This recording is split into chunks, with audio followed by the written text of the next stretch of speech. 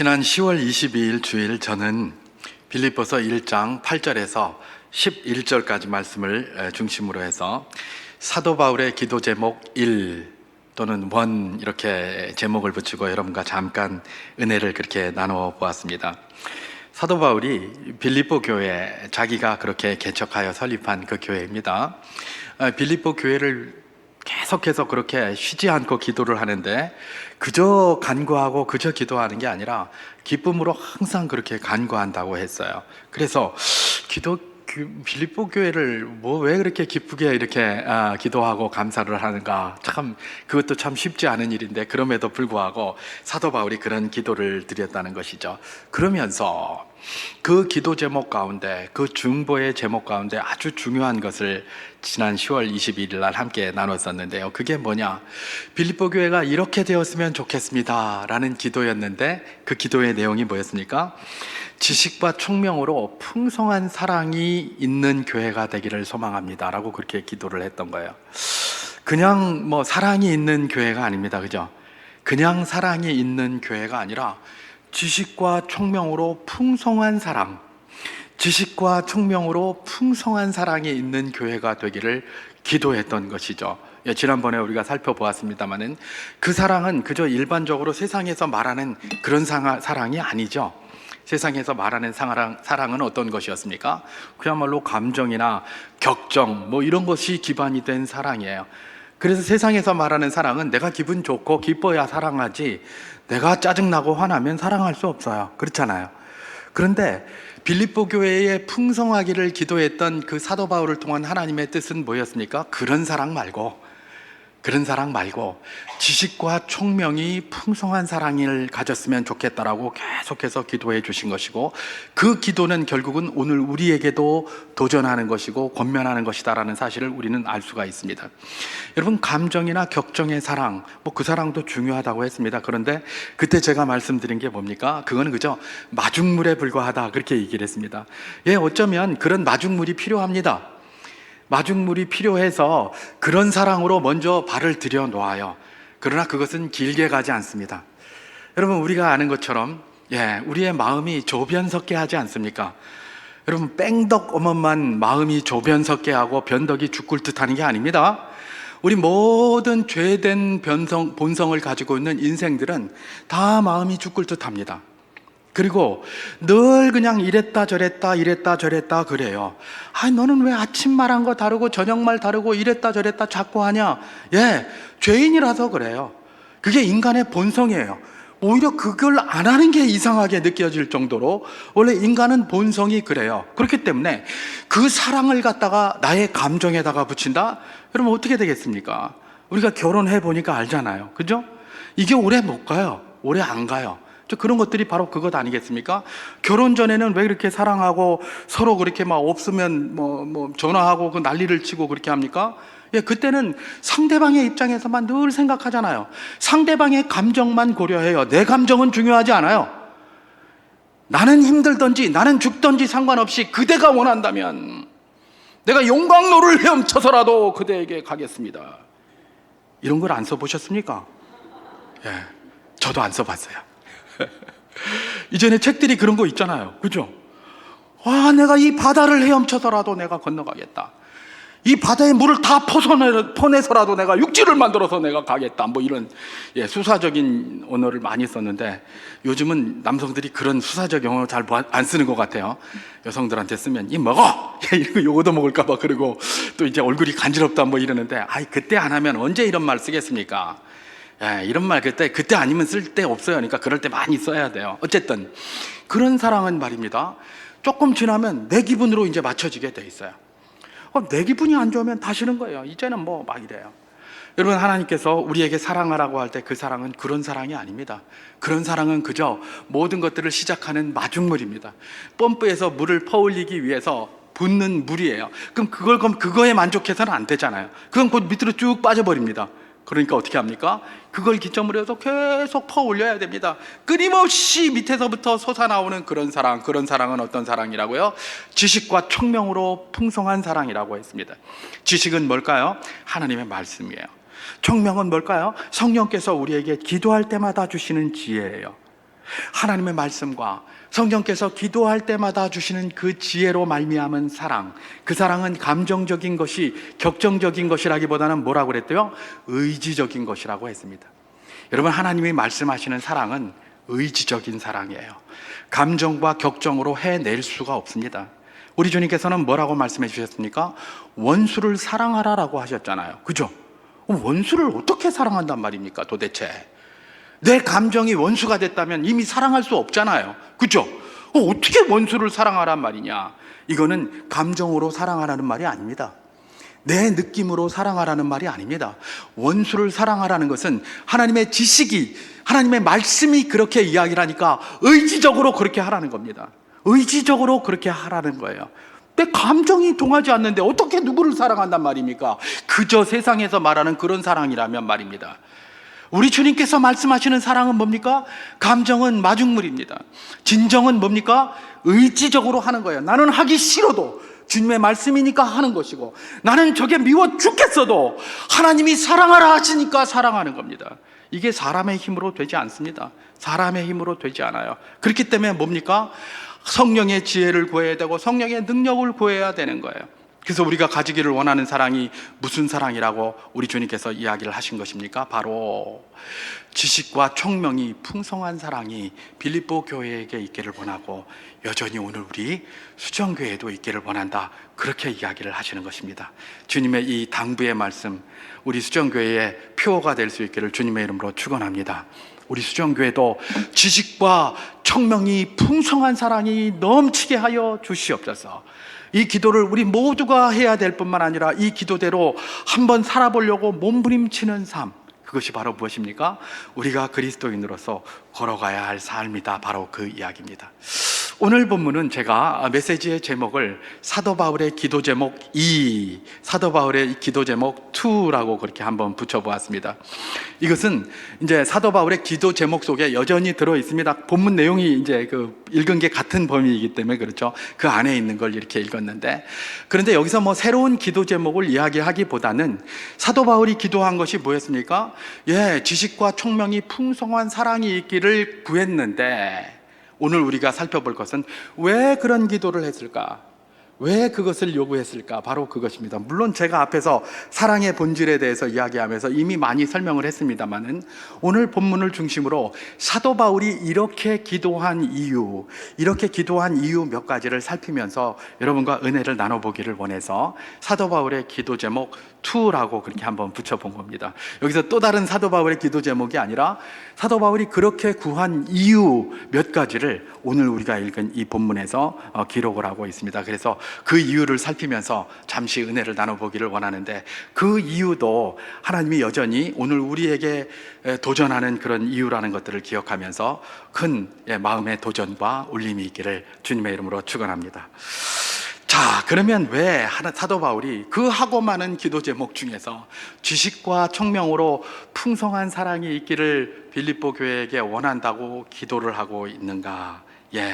그 이유를 살펴보기 위해서 오늘 본문 빌립보서 1장 10절을 제가 다시 한번 봉독해 보도록 하겠습니다. 너희로 지극히 선한 것을 분별하며 또 진실하여 허물 없이 그리스도의 날까지 이르고, 이렇게 기록하고 있습니다. 사도 바울이 빌립보 교회가 지극히 지식과 총명으로 풍성한 사랑을 갖기를 원하는 이유는, 그 하나는 뭡니까? 이유 중에 하나가 지극히 선한 것을 분별하게 하기 위해서 그렇게 한다는 겁니다. 지극히 선한 것을 분별하는 거. 여러분, 이 세상에 살아가고 있는 모든 사람들에게는 분별력이 있습니다. 분별력이 있어서 그 분별력에 따라서 살아가는 것이죠. 그래서 분별력을 가지고 온전하게 이렇게 정당하게 살아가면 사람들이 저 사람 참 지혜롭다, 저 사람 참 괜찮은 사람이다, 이렇게 얘기를 합니다. 근데 막 분별력 없이 막 이렇게 하면 아이고 저거 천방지축이네, 뭐 이렇게 얘기를 하잖아요. 여러분, 세상에서도 분별력을 가지고 살아가요. 그런데 그 분별력을 이야기하는 게 아닙니다. 그 분별력도 기본이 되겠지만 여기는 지극히 선한 것을 분별하는 거예요. 일반 분별력이 아니에요. 그렇기 때문에 이 그리스도인들에게만 특별히 특별 계시로 이것을 주시는 거예요. 일반 계시로 일반적으로 모든 사람들이 다 분별력을 가지고 살아가요. 자기들이 가지고 있는 기준이라든지 세상에서 요구하는 기준이라든지 아니면 어떤 조직에서 요구하는 기준이라든지 그런 기준을 가지고 분별하면서 이렇게 살아가요. 일반적인 거예요. 그런데 주님께서는 그 일반적인 기준을 이야기하는 것이 아니라 오직 그리스도인들만 알 수 있는 지극히 선한 것을 분별하는 능력, 바로 그것을 위해서 뭘 지금 구한 겁니까? 지식과 총명으로 풍성한 사랑을 구했던 거예요. 그러면 지극히 선한 것이 무엇인가? 여러분, 지극히 선하다, 여기 이 말을 이렇게 번역한 그 헬라어 원어를 보면 디아페로라는 말이 쓰였습니다. 디아페로의 복수 분사형 이렇게 되는데 지극히 선한 것들이라고 보면 되겠죠. 그걸 분별하는 능력, 그런 분별하는 능력을 갖기 위해서, 그런 분별하는 능력은 그냥 주어지는 것이 아니라 지식과 총명으로 풍성한 사랑이 있을 때만 그걸 구별할 수 있다는 겁니다. 그래서 지식과 총명으로 풍성한 사랑을 구한 것이죠. 그 지극히 선한 것, 그게 뭘까? 지극히 선한 것. 여기서 지극히 선하다라는 이 디아페로를, 이 뜻을 이렇게 들여다보면 다른 것이라는 뜻입니다. 다른 것, 다른 방향. 세상이 일로 쭉 가고 있습니다. 그러면 그것과는 다른 것 또는 다른 방향, 세상이 이걸 추구하고 있습니다. 그런데 그것과는 좀 다른 것, 그것과는 좀 다른 방향에 있는 것, 이게 뭐예요? 이걸 지극히 선한 것이라고 구별한 것입니다. 세상에서 보지 못하는 것, 그래서 조금 다른 방향으로 틀어야만 보여지는 것, 이게 뭐예요? 지극히 선한 것이라는 것이죠. 이걸 분별하기 위해서 뭘 한다? 너희가 그야말로 지식과 총명이 풍성한 사랑을 가져야 된다라고 사도 바울이 빌립보 교회에 권면하고 있는 것입니다. 여러분, 이 다른 것, 다른 가치, 이게 뭘까? 사실 우리가 이 세상을 살아가고 있기 때문에, 우리도 똑같이 이 세상에서 살아가고 있기 때문에 우리의 가치관 형성에 많은 영향을 미치는 것이 이 세상의 가치들입니다. 그죠? 이 세상의 가치들이에요. 그리고 또 그게 눈에 보이고 손에 잡히고 하기 때문에 이 세상의 가치가 우리에게 굉장한 큰 힘을 발휘하고, 또 우리가 모든 인생들이 가지고 있는 죄된 본성들 말입니다. 죄된 본성들이 거기에 익숙해져 있기 때문에 그게 마치 그냥 평소에 그렇게 생각해 보지 않으면 이게 하나님의 뜻인 줄 알고 거기에 적합하면 이게 하나님의 주신 복이다라고 그렇게 막 쫓아갈 때가 많은 것이죠. 그런데 말입니다, 그런 것들을 통해서도 하나님이 우리에게 뜻을 보여주시지만 하나님이 보여주시는 지극히 선한 뜻들은 눈에 보이지 않는 경우가 굉장히 많습니다. 그리고 손에 잡히지 않는 경우가 굉장히 많아요. 여러분, 우리가 잘 알고 있는 성령의 9가지 열매 같은 거, 그런 거 말입니다. 그죠? 사랑, 희락, 화평, 오래 참음, 자비, 양선, 충성, 온유, 절제, 이런 것들 눈에 보입니까? 안 보이죠? 만져집니까? 안 만져져요. 심지어 사랑조차도 우리가 일반적으로 세상에서 듣는 그런 사랑하고 하나님이 말하는 사랑하고 달라요. 그죠? 다르다 보니까 이게 뭡니까? 눈에 보인다고 해도 보이지도 않고, 이게 그러니까 잘 모르니까 도외시할 때가 굉장히 많아요. 세상에서는 다 눈에 보이는 것 강조합니다. 손에 만져지는 것 강조합니다. 그러다 보니까 우리도 자칫 눈에 보이지 않는 것, 손으로 만져지지 않는 것은 간과할 뿐만 아니라 아예 도외시할 경우가 굉장히 많습니다. 도외시할 경우가. 오히려 뭡니까? 세상에서 가르치는 것처럼 눈에 보이는 것, 손에 만져지는 것, 이런 것을 강조합니다. 그러다 보니까 문제가 뭐예요? 그런 것이 내게 있으면 우쭐하고, 그런 것이 내게 없으면 한없이 무너지는 게 뭡니까? 이게 인생들의 삶 아닙니까? 내가 남들보다 눈에 보이는 게 좀 더 많고 좀 더 멋진 것이 내게 있다고 생각하면 한없이 높아집니다. 한없이 높아져요. 그리고 그것이 좀 없다고 생각하면 그렇게 밑으로 내려갑니다. 저 집은 해운대에 아니면 강남에 무슨 이런데 60평짜리 아파트 사는데 나는 반지하도 모자라서 월세로 살고 있다. 슬픈 일이겠지만, 또 슬프게 생각하겠지만, 그런 거에서 세상 살 맛이 나겠습니까? 그렇지 않습니까? 세상에서 보이는 것만 추구하고 살면 그래요. 세상에서 만져지는 것만 추구하고 살면 그래요. 그게 있으면 있는 대로 큰소리치고 없으면 없는 대로 무너지고, 그게 바로 무엇입니까? 일반적으로 우리가 많이 접하고 있는 상황입니다. 우리 주님께서는 그런 것보다도 지극히 선한 것이 있다고 이야기를 하는 겁니다. 그런 게 바로 뭡니까? 눈에 보이지 않는 거예요. 손에 만져지지 않는 거예요. 그렇기 때문에 비록 눈에 보이지는 않고 손에 만져지지는 않지만 그걸 분별하여 그걸 추구하며 사는 삶을 살아라, 그 이야기를 지금 하시는 것입니다. 여러분, 세상에서의 부입니까? 그는 부는 이거는 뭐 한정돼 있어요. 여러분, 금광이 있습니다. 금광에 금 원석을 캐다 보면 한계가 있지 않겠습니까? 끝없이 나오는 게 아니잖아요. 심지어 원유도 뭐 고갈된다 그랬는데 뭐 아직까지는 고갈 안 됐는데, 제가 이전에 초등학교 다닐 때 뭐 40년 후에 고갈된다 그랬는데 아직도 펑펑 나오기는 나와요. 펑펑 나오기는 나오는데 언젠가는 고갈된 거 아닙니까? 이거는 퍼내면 퍼낼수록 없어지게 돼 있는 것들이에요. 세상의 모든 것들이 그래요. 세상의 모든 것들이 누군가가 많이 퍼가면 남는 게 별로 없어요. 그러니까 남은 사람들은 조금밖에 못 가져가니까 이거 먹어 그러면서 서로 아웅다웅 하면서 왜 니만 많이 먹노 이래가면서 싸우고 있는 거예요. 이게 세상의 움직임의 방식이에요. 그런데 말입니다, 하나님이 말씀하시는 지극히 선한 것은 뭘까요? 이건 퍼도 끝이 없어요. 파도 끝이 없어요. 파도남이에요. 파도남. 예. 파도 선입니까? 파도남 그러면 안 되나? 예. 파도 끝이 없어요. 그건 누구나 얼마든지 가져가도 괜찮은 거예요. 그게 지극히 선한 거예요.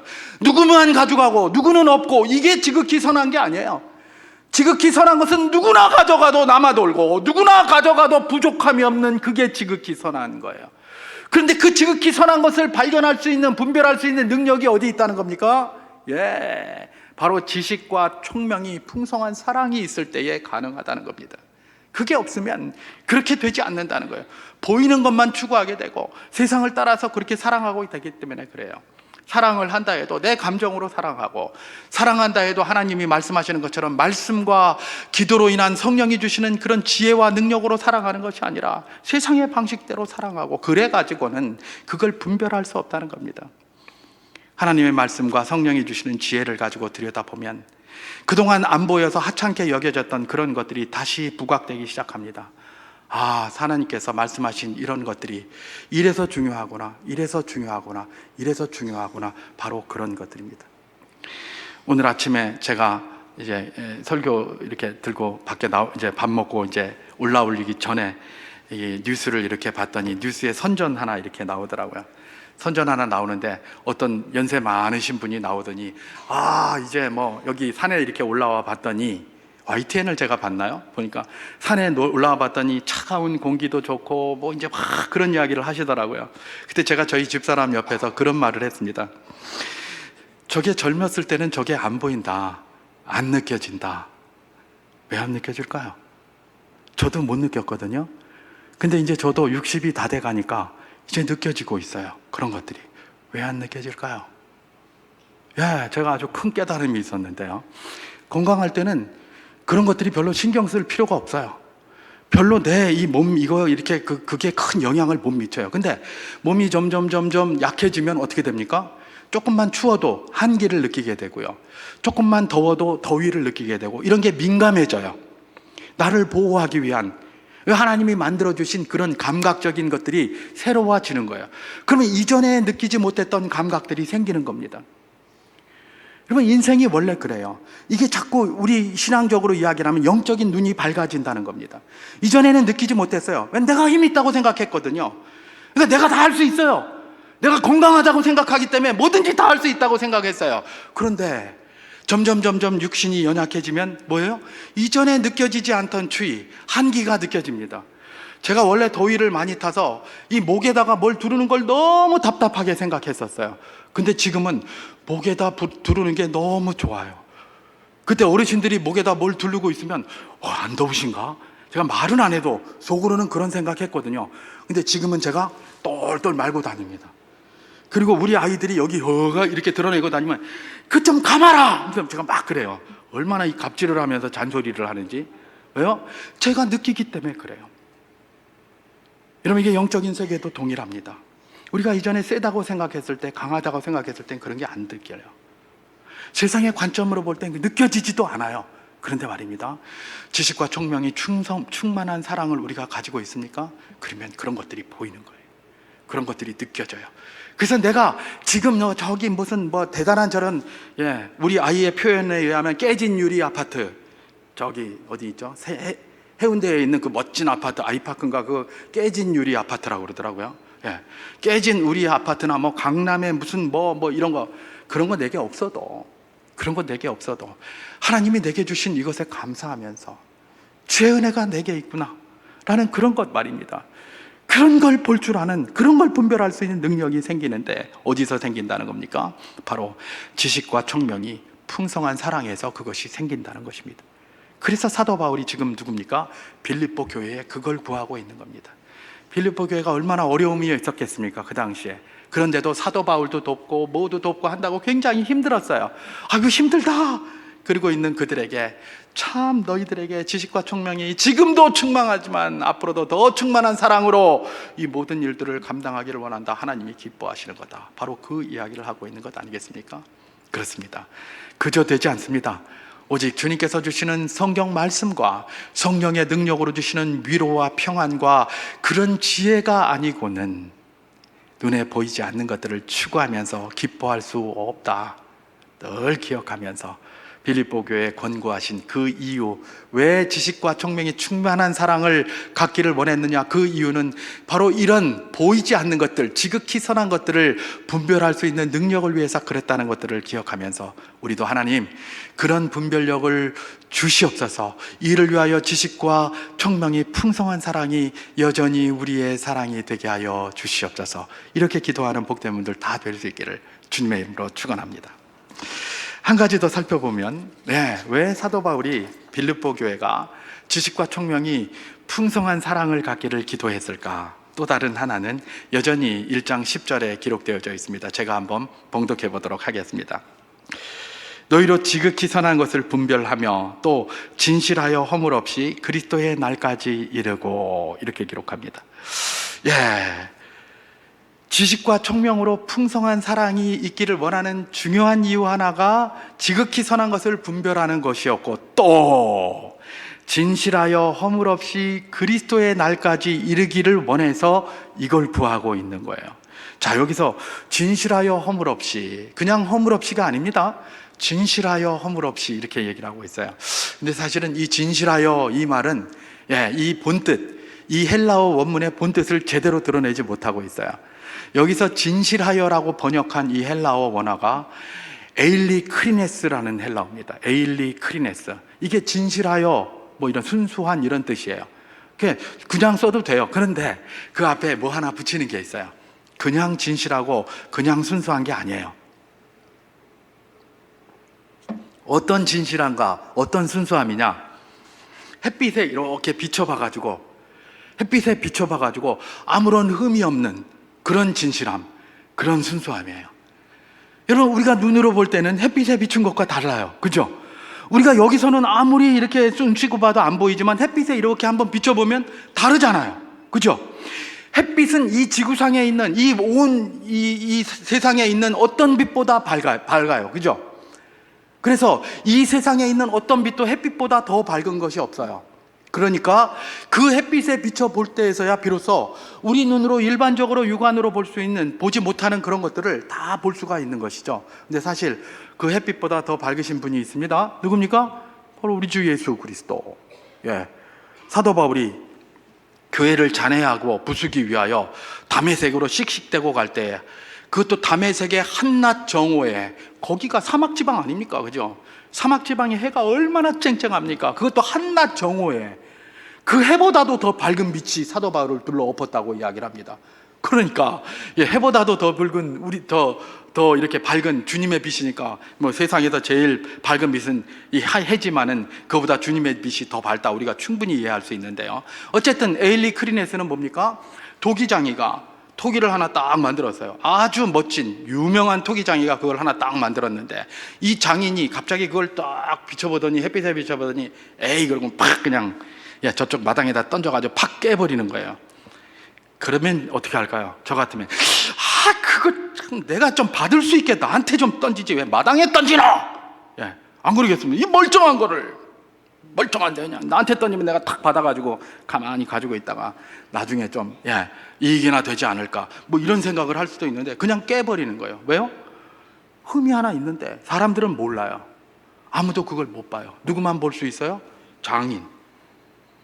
그 사람만 보는데 그것도 그냥 이렇게 해서 보이는 게 아니라 해에 비춰서 보는 거예요. 웬만하면 괜찮을 텐데 그걸 해에 비춰서 봐서 흠이 없을 때서야 비로소 딱 놓고 만들었다라고 하는 것 아니겠습니까? 그래서 그 사람이 위대한 장인인 것이죠. 이게 바로 뭐예요? 에일리 크리네스예요. 햇빛에 비춰봐서 흠이 없다. 이렇게 되기 위해서 빌립보 교회가 어떻게 되기를 원한다는 겁니까? 지식과 총명이 풍성한 사랑이 가득하기를 그들을 위해서 기도한 겁니다. 진실하여 허물 없이 그리스도의 날까지 이른다. 여러분, 이건 빌립보 교회에도 필요하고 오늘 우리에게도 필요합니다. 빌립보 교회 당시만 하더라도 빌립보 교회에 이상한 것들이 많이 들어왔죠. 대표적인 게 유대주의였어요. 그죠? 예수 그리스도의 은혜로 말미암아 구원받은 것들, 이런 것들을 무시하고 그냥 율법도 지켜야 되고 할례도 해야 되고 절기도 지켜야 되고 월삭도 지켜야 된다, 이런 교육들이 막 들어왔어요. 그러다 보니까 빌립보 사람들 중에 일부가 거기에 마음을 뺏기기 시작한 거죠. 굉장히 멋있어 보이거든요. 그냥 뭐 공짜로 은혜 받았다, 구원 받았다 이러는 것보다 그러면 뭐 이게 싼 게 비지떡 아니요? 그리고 내 뺑겨쳐 버릴 텐데 뭐 이런 걸 요구하니까 이게 진짠가벼? 그러면서 사람들이 거기에 마음을 막 뺏기는 것이죠. 그런데 지금 사도 바울이 뭡니까? 아니다, 그거 잘못된 거다. 에일리 크리네스, 진실해야 된다. 진실하게 그리스도의 날까지 너희들이 이르러야 되는데 그렇게 해가지고는 안 된다. 그러면서 거짓을 구별하기 위해서 이 진실한 햇빛에 비춰서 흠이 없을 정도로 될 때까지 몸부림치며 그 수준까지 나가야 된다라고 요구하는 것 아니겠습니까? 여러분, 이 시대에도 그죠? 굉장히 거짓이 난무합니다. 거짓이 난무해요. 저는 이제 뉴스만 늘 보니까 뉴스 보기 전에 또 무슨 뭐 공익 광고 협의회 뭐 이런 데서 나오는 것도 가끔 이렇게 보입니다. 거기 보면 가더라 가더라 가더라 그래서 막 나오더라고요. 그래서 어떤 한 사람이 나와서 젊은 사람으로 나왔다가 좀 나이 많은 사람으로 나왔다가 이러면서 뭐 살펴봤어? 찾아봤어? 그래서 막 그러는 거예요. 여러분, 살펴봤다 찾아봤다 그렇게 살펴보고 그렇게 찾아봐서 이게 진짜인지 가짜인지 알겠습니까? 잘 모릅니다. 잘 몰라요. 또 알아본들, 이게 가짜인 줄 알아본들 사람들이 거기에 마음 뺏기지 않아요. 그냥 가짜라도 자기들이 찬성한 거니까 그냥 밀고 나가요. 이게 세상이에요. 옛날부터 그랬어요. 뭐 그 사람들이 원하는 건 진실을 원하는 게 아니에요. 내 기분에 맞는 거를 원하는 거지 진실을 원하는 게 아닌 경우가 얼마나 많습니까, 이 세상에. 그렇기 때문에 하나님께서는 뭐라고 이야기를 하시는 겁니까? 그냥 사람의 수준에, 사람의 보기에, 사람의 감정에, 이게 아니라 햇빛에 비춰도 흠이 없는 자가, 내 앞에서 흠이 없는 자가 되기를 원한다, 이런 얘기예요. 그러니까 하나님께서 뭐라고 얘기를 하는 겁니까? 여기에서 진실하여 허물 없이 그리스도의 날까지 이르라, 그렇게 이야기를 하는 것입니다. 여러분, 세상의 많은 것들이 햇빛에 비춰보지 아니하면, 다시 말해서 하나님의 말씀에 비춰보지 아니하면, 지식에 비춰보지 아니하면, 비춰보지 아니하면 제대로 구분하지 못하는 게 너무나 많습니다. 왜요? 사탄이 그렇게 하기 때문에 그래요. 여러분, 사탄을 뭐라고 얘기를 하죠? 성경에서 광명의 천사같이 온다고 이야기를 합니다. 광명의 천사. 여러분, 사탄이 나타날 때 사탄이다! 그러고 나타나면 얼마나 좋겠습니까? 저기 뭐가 좋노? 좋아요. 사탄이다 그러고 나와야 돼요. 그래야 저게 사탄인지 아닌지 구분을 하죠. 근데 사탄이 그런 어리석은 짓 안 하죠. 내가 사탄이다 이러고 나타나면 다 싫어할 것 알아요. 그러니까 어떻게 합니까? 광명의 천사처럼 나타나는 거죠. 그래서 사람들이 육안으로 그냥 보면 구분이 안 돼요. 그게 이 세상이에요. 여러분, 그런 것들이 굉장히 많은데 우리가 뭐 익숙히 잘 알고 있는 대표적인 것 하나만 생각해 보면 그 인권이라는 게 그런 거예요. 인권. 요즘 인권 문제 많이 나오죠. 여러분, 세상에 어떤 사람이 인권을 싫어하는 사람이 어디 있겠습니까? 세상에 어떤 사람이 누구는 대우받고 누구는 박대받는 그런 사람을 원하겠습니까? 세상에 어떤 사람이 힘없고 연약한 사람이 맨날 당하고 있는 것들을 보고 기뻐하겠습니까? 그런 사람 세상에 하나도 없어요. 그런 사람 세상에 하나도 없어요. 그러나 이제 실제로 운영되는 것에서 문제점이 있기 때문에 인권이라는 것은 인간이 이 땅에 존재한 이후로 지금까지 계속해서 거듭거듭 발전해 오고 고민되어져 온 것입니다. 그래서 인권 자체는 그 누구도 그것에 대해서 의문을 제기하지 않고 그 누구도 반대하지 않아요. 그런데 저 사람들 반대하는 사람들은 뭐고? 그런 이야기를 자꾸 한단 말이에요. 그죠? 그럼 왜 그걸 반대할까요? 인권은 문제가 없어요. 그런데 그 인권이라는 도자기를 하나 딱 만들어 놓았는데 가만히 보니까 옆에 먼지가 몇 개 묻어 있는 거예요. 그건 그냥 안 보여요. 해에다가 비춰봐야 보여요. 해보다도 덜 밝은 하나님의 말씀에다가 싹 비춰봐야 그 먼지가 보여요. 그냥은 안 보여요. 그냥은. 그러니까 그걸 비춰봐야 되는데 비춰보지도 않고 이것만 살짝 이렇게 해가지고 그걸 살짝 올려놨어요. 그런 것들을 주장하는 사람들의 저희는 뭘까요? 겉으로 멋져 보이는 그 항아리, 그걸 우리에게 보여주기 위한 것일까요? 인권이라는 멋져 보이는 그 항아리를 우리에게 던지면서 그걸 얻기 위해서 그걸 던져주는 것일까요? 그것도 조금 있겠죠. 그러나 사실 그들의 목적은 그 밑에 있는 먼지 쪼가리 그거를 관철시키기 위한 거예요. 인권이라는 멋져 보이는 항아리 밑에 약간 묻어 있는 먼지, 그래서 사람들은 구별할 수 없는 그 먼지를 관철시키기 위하여 이 항아리를 들이대는 겁니다. 그러니까 보이는 것만 추구하는 세상에서는 눈에 보이는 게 그거니까 그걸 반대하고 있으면 막 짜증을 내고 왜 저러느냐 그러는 겁니다. 예, 왜 저럴까요? 다 하는 이유가 있지 않겠습니까? 에일리 크리네스, 허물이 없고, 그죠? 진실하여 허물이 없게 되기를 원하기 때문에 그러는 거예요. 그건 그냥 우리의 육안으로 봐서 모릅니다. 우리 이성으로 봐서 잘 몰라요. 뭐예요? 해보다도 더 밝은 지식의 말씀, 하나님의 말씀에 비춰 볼 때에서야 비로소 먼지가 보이는 겁니다. 그래서 그가 장인이고 그가 실력자이고 진실한 크리스찬이라면 그런 게 딱 보이면 바로 던져서 깨버리는 거예요. 그게 바로 무엇입니까? 이 사도 바울이 지식과 총명으로 풍성한 사랑이 있기를 원한다는 그 속에 있어요. 그런 게 없으면 이거 구별이 안 돼요.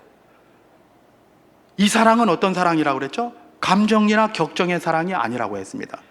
하나님의 말씀과 성령의 지혜를 따른 의지적인 사랑이라고 했습니다. 의지적인 사랑.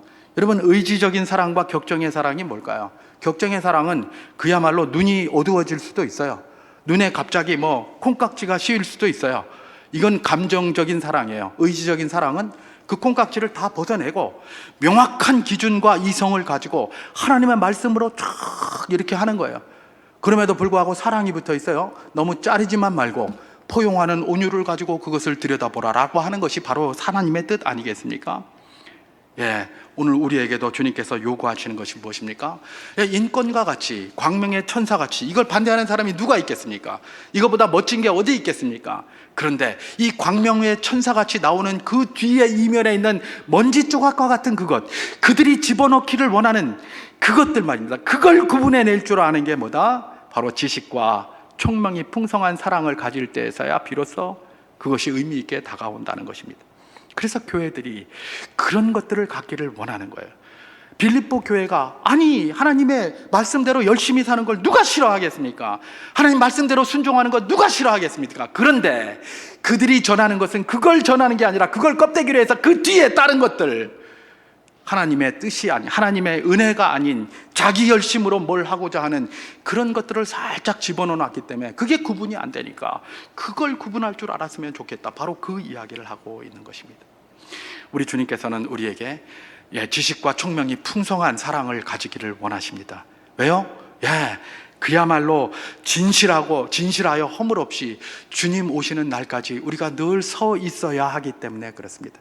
햇빛에 비춰보아, 하나님의 말씀에 비춰보아 한 점 부끄러움이 없이 서는 데까지 우리가 성장해야 되기 때문에, 그렇기 때문에 하나님이 이 말씀을 하신다. 이 사실을 기억하면서 주님, 우리도 지식과 총명이 풍성한 사랑을 빌립보 교회처럼 구하고 얻는 복된 교회 되게 하여 주시옵소서. 이렇게 기도하는 복된 분들 다 될 수 있기를 주님의 이름으로 축원합니다. 한 가지만 짧게 더 살펴보겠습니다. 지식과 총명으로 풍성한 사랑을 사도 바울이 구하고 있는데 왜 그것을 구하는가?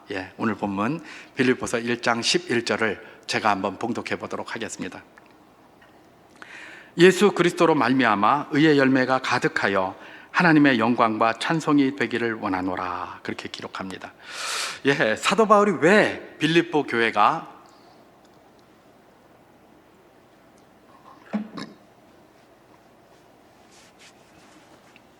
지식과 총명으로 풍성한 사랑을 갖기를 그렇게 기도하고 있는가? 다른 것이 아니라 의의 열매를 많이 맺어서 하나님께 영광과 찬송이 되기를 원하기 때문에 그렇다라고 지금 이야기를 하고 있습니다. 의의 열매, 여러분, 의의 열매, 우리 아까 성령의 9가지 열매 이렇게 얘기를 했습니다만은 사실 이런 게 다 의의 열매입니다. 그죠? 그 의의 열매가 우리 가운데 무르익어야 되는 것이죠. 그걸 위해서 지금 뭘 하고 있는 겁니까? 예, 사도 바울이 빌립보 교회에 구했듯이 오늘 우리에게도 하나님이 도전하시며 구하는 겁니다. 지식과 총명이 풍성한 사랑이 수정교회에 있게 하옵소서 라는 그게 바로 그 기도라는 것입니다. 여러분, 여기서 의의 열매 할 때 우리가 의라는 것을 한번 잠깐 생각해 보는 것이 좋습니다. 성경에 보면 특별히 구약에서는 공의라는 말과 정의라는 말이 구분이 되어져서 많이 이야기를 합니다. 그리고 신약에는 의라는 말로 이렇게 하나로 통일이 되어 있습니다. 의. 그리고 신약에서 말하는 그 의는 구약에서 공의라고 번역한 말과 같은 의미입니다. 체데크라는 히브리어입니다. 그리고 저기 구약에서 정의라고 번역한 것은 미시파트라는 말을 번역한 게 정의예요. 그래서 이전에 개역 성경에서는 이 공의와 정의 이걸 번역을 지멋대로 해놔서 어떤 때는 공의라고 번역해야 될 체데크를 정의라고 번역하고 어떤 때는 정의라고 번역해야 될 미시파트를 공의라고 번역해서 번역이 뒤죽박죽이었는데 지금 우리가 가지고 있는 개역 성경에서는 이걸 잘 정리했어요. 그래서 체데크는 공의라고 번역하고 미시파트는 정의라고 번역을 했죠. 그럼 공의와 정의의 차이가 뭔가? 예, 공의는 아주 큰 개념입니다. 큰 개념이라면 정의는 그 가운데 교집합처럼 들어있는 법적인 개념입니다. 그래서 정의, 미시파트는 뭡니까? 미시파트는 판결하다 이런 뜻인데 이 미시파트는 뭐냐? 법적인 부분에 있어서 의로운 거예요. 법적으로 합당하다는 거예요. 근데 공의는 뭡니까? 그보다 훨씬 관계가 넓습니다. 폭이 넓습니다. 공의는 뭐냐? 하나님과의 관계에 있어서 아름다운 관계라는 것이고 그것을 기반으로 해서 사람뿐만 아니라 세상 만물과의 관계가 아름다워지는 것, 이걸 공의라고 그래요. 이걸 공의. 우리 누가복음 10장에 보면 선한 사마리아인의 비유가 나옵니다. 그래서 이 사마리아인에 누가 나옵니까? 한 유대인이 예루살렘에서 여리고로 내려가다가 강도를 만나서 거반 죽게 되었습니다. 온몸에 피를 흘리고 있습니다. 이 바리새인 하나가 예수님께 질문을 했을 때 예수님이 이 예를 들어주신 것이죠. 바리새인이 누가 내 이웃입니까? 라고 질문을 하니까 바로 이 비유를 들어주신 것입니다. 그런데 거반 다 죽게 되었는데 제사장과 레위인이 그 가운데 지나갑니다. 저 피를 철철 흘리고 죽어 있으니까 내가 제사 지내러 가야 되는데 살짝 피해서 갑니다. 그죠? 그런데 사마리아인은 이렇게 쭉 가고 있다가 거기서 코피를 줄줄 흘리고 맞아서 피를 줄줄 흘리고 누워있는 사람이 있으니까 이 사람을 가서 싸매어 줍니다. 싸매어 주고 이 사람을 옆에 객주에다가 갖다가 맡기고 객주에다가 맡겨 쓰는 걸로 끝난 게 아니라 2데나리온 품삯 2일치에 해당되는 그 돈을 객주에다 맡기고 이 돈을 가지고 이 사람을 좀 치료해 줘라. 모자라면 내가 나중에 다시 돌아올 텐데 그때 추가되는 비용은 내가 지불하리라. 그러고 떠났습니다.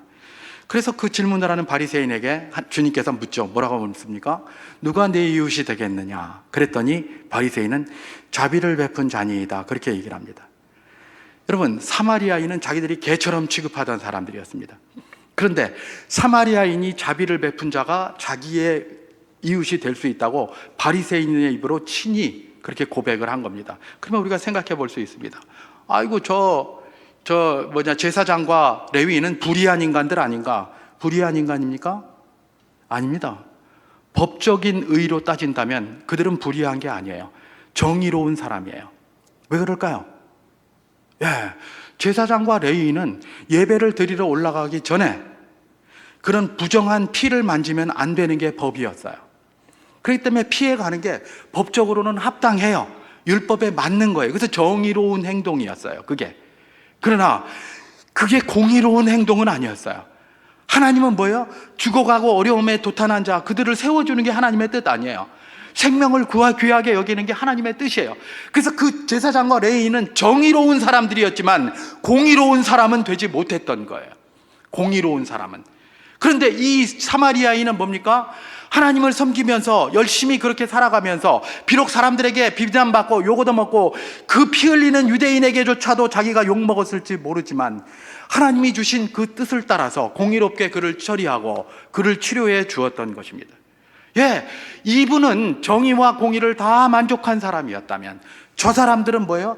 정의는 만족했을지 모르지만 공의는 만족하지 못했던 사람들이라는 것이죠. 그런데 신약에서의 의에 열매할 때 이 의는 뭐예요? 공의라는 겁니다. 공의는 뭐예요? 하나님과의 아름다운 관계 속에서 사람뿐만 아니라 이 지구상의 모든 자연 만물과의 아름다운 관계를 회복해야 되는 거예요. 이게 공의로운 거예요. 가끔 그런 말들 듣습니다. 예, 아유 나는 뭐 하나님하고만 저기 하면 돼. 뭐 이 주변하고는 뭐 신경 쓸 것 없어. 예, 만약에 그게 정말 하나님과의 아름다운 관계를 해치기 위한 뭐 이런 거였다면 그 말이 맞아요. 그런데 그게 아니라 그저 이런 일반적인 상황인데 나는 하나님 이것만 붙잡고 있어 막 이러면서 주변의 이 관계는 뭐 나하고 아무 상관없어 이렇게 이야기하고 있습니까? 이 공의롭지 못한 겁니다. 신약에서 말하면 의롭지 못한 거예요. 의로운 건 뭐예요? 내가 하나님과의 관계가 좋습니까? 좋기를 추구하고 있습니까? 당연히 하나님이 창조하신 모든 피조물과의 관계도 아름다워져야 되는 것입니다. 그게 바로 무엇입니까? 신약에서 말하는 의로운 거예요. 우리 주님께서 지금 빌립보 교회에 뭐를 요구하고 있느냐?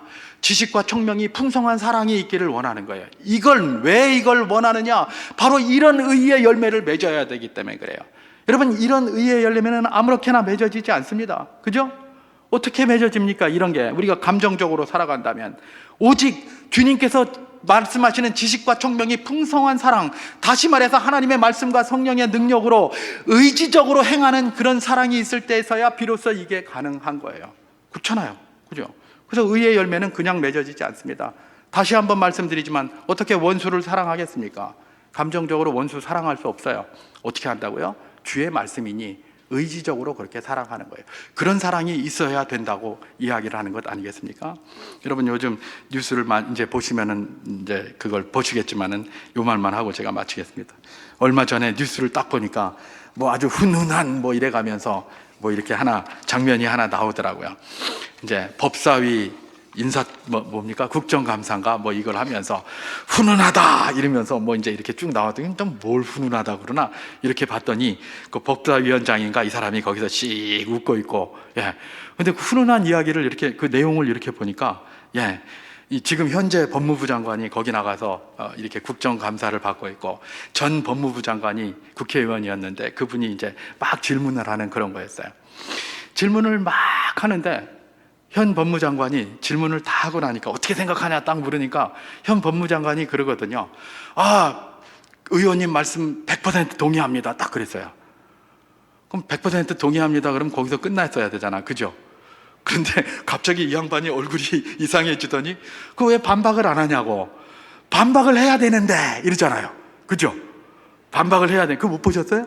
뉴스에 많이 나왔는데 그랬더니 자기들끼리 막 낄낄대고 웃고 막 그러면서 그야말로 래퍼가 형성이 된 거예요. 래퍼가. 여러분 제가 무슨 말씀을 드리고 있는 겁니까? 여러분 주님께서 원수를 사랑하라고 하셨습니다. 원수가 사랑할 수 있겠습니까? 그런데 원수를 사랑하라고 그래요. 왜요? 의지적으로. 그러면 그렇게 하면 뭐가 된다는 겁니까? 그 원수의 머리에 숯불을 쌓는 것과 같다고 그랬어요. 여러분 이게 지식과 총명이 풍성한 사랑이 아니면 이 무슨 말인지 이해가 안 가요. 원수는 그냥 때려야 마시고 질근질근 씹어야 맛이에요. 그런데 원수를 사랑하라고 하면서 그렇게 하면 오히려 그 머리에다가 숯불을 올려놓는 것과 같다 이런 말이에요. 뭐가 숯불을 올려놓는 것일까요?